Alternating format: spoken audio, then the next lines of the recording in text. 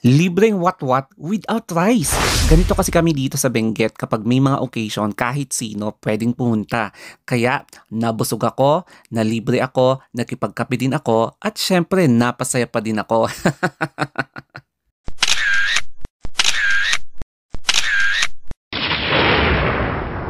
Sino ba naman ang hindi aayaw kapag may mag-i-invite sa inyo na libreng what-what? O syempre, kaya go ako dyan, naligo ako agad at pinuntahan ko yung occasion na yan. Kaya dali-dali akong nag-jeep and dito na ako. Buti na lang sinundo ako ng friend ko kasi hindi ko talaga alam kung saan yung free na pawat-wat.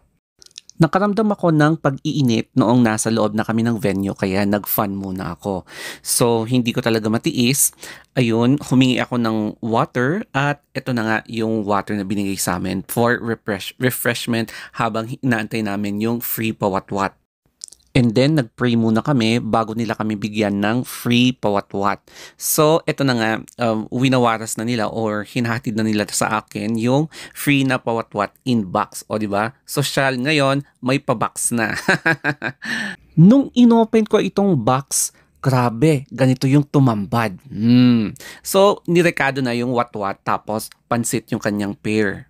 Kakaiba yung pawat-wat ngayon kasi walang rice, o di ba? So, what-what with a twist na healthy what-what para hindi maging bloated yung tiyan after namin kumain.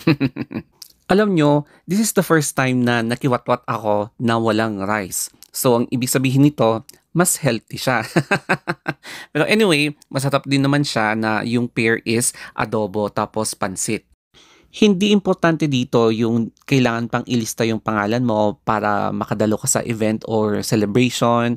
Kasi kahit sino dito kapag may mga ganitong occasion, open para sa lahat. So, talagang ninamnam ko in every piece ng kinakain ko dito. Kasi nga, libre siya. Tapos walang rice.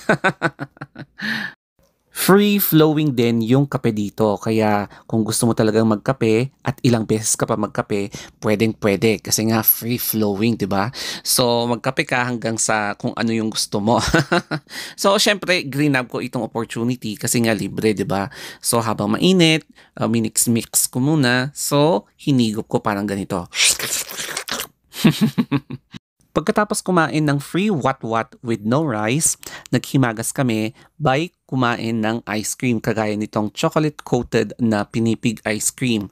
Bale, 30 pesos siya pero syempre nilibre na naman ako ng mga kasama ko kaya saya-saya, di ba?